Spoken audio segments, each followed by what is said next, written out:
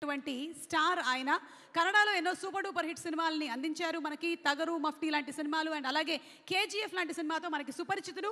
వారిని వేదిక మీదకి సాదరంగా ఆహ్వానించేస్తున్నాం. Vasishtha garu to please come on the stage. Vasishtha and Simha గారు.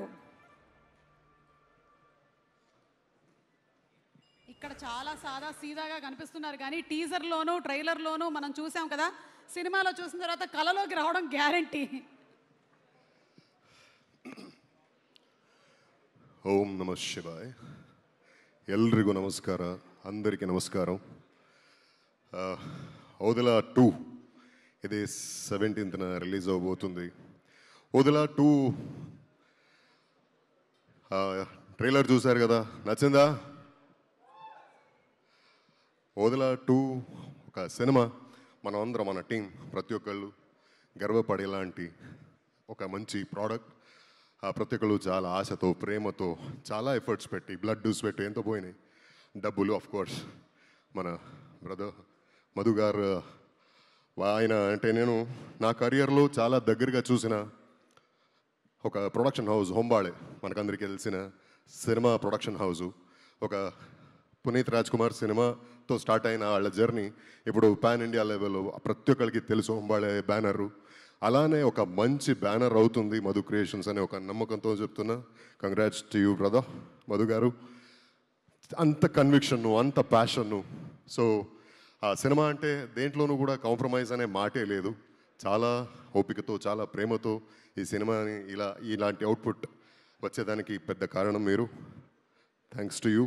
అండ్ మనకి ఓదెలా, నాకు ఎస్పెషలీ ఓదెలా సినిమా అంటే ఇది ఒక సినిమా, ఒక టీం అనేది కాదు, ఒక ఫ్యామిలీ. ఇందులో ఉన్న ప్రతి ఒక్కళ్ళతో I share a lovely amazing bond.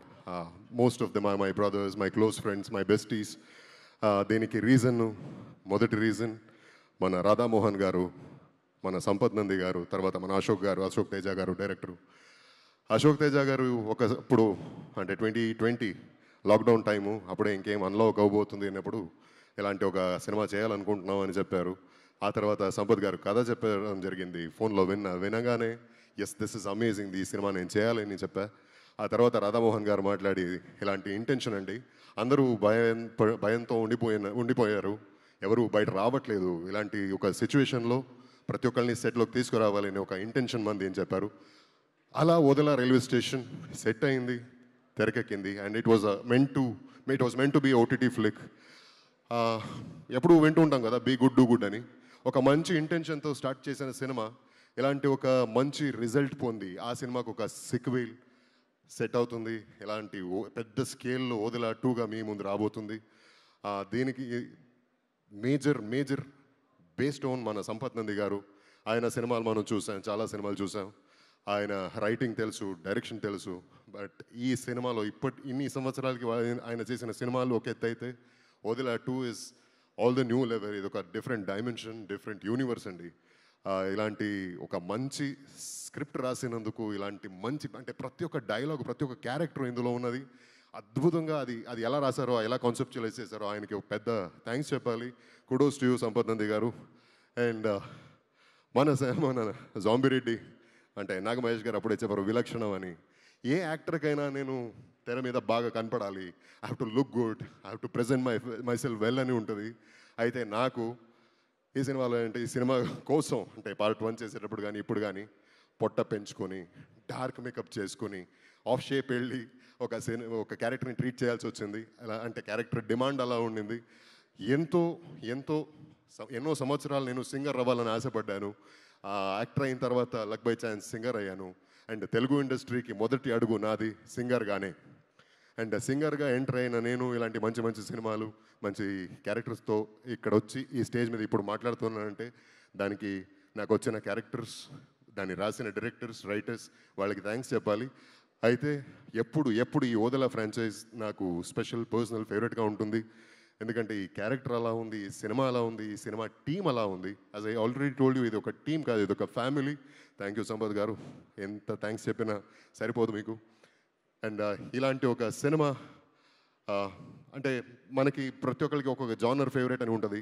Multiple జానర్స్లో వేరే లెవెల్లో మిమ్మల్ని ఎంటర్టైన్ చేయబోతుంది. So be sure this you will love it.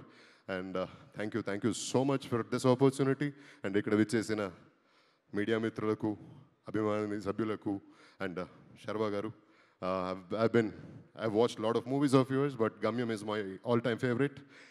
And last but not the least,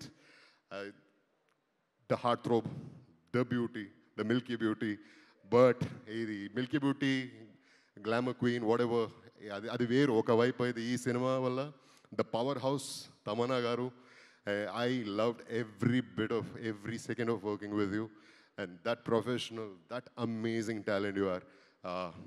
I am glad to have worked with you. ఈ cinema మిమ్మల్ని తమన్నా గారు అంటే ఒక ఆ బ్యూటీ కాదు, ఒక డివినిటీతో మిమ్మల్ని ఆకట్టుకోబోతున్నారు. And wait for it, brace yourself. Thank you so much. Vasishtha garu, ఒక క్వశ్చన్ అండి. ఫ్యూచర్లో సినిమాల్లో ఈ ప్రేతాత్మ, గోస్ట్ క్యారెక్టర్స్ ఇవన్నీ చేయాలనుకునే వాళ్ళకి మీరు ఏమైనా కొన్ని టిప్స్ ఇస్తారా? కండిషన్ పెట్టేయండి, అందమైన గోస్ట్గా ఉండాలని, లేకంటే ఇలాగ పొట్ట పెంచుకొని చెయ్యొద్దు. బట్ యా, అలాంటి రైటర్ ఉంటే అసలు ఏం అడగొద్దు, వెళ్ళిపోండి.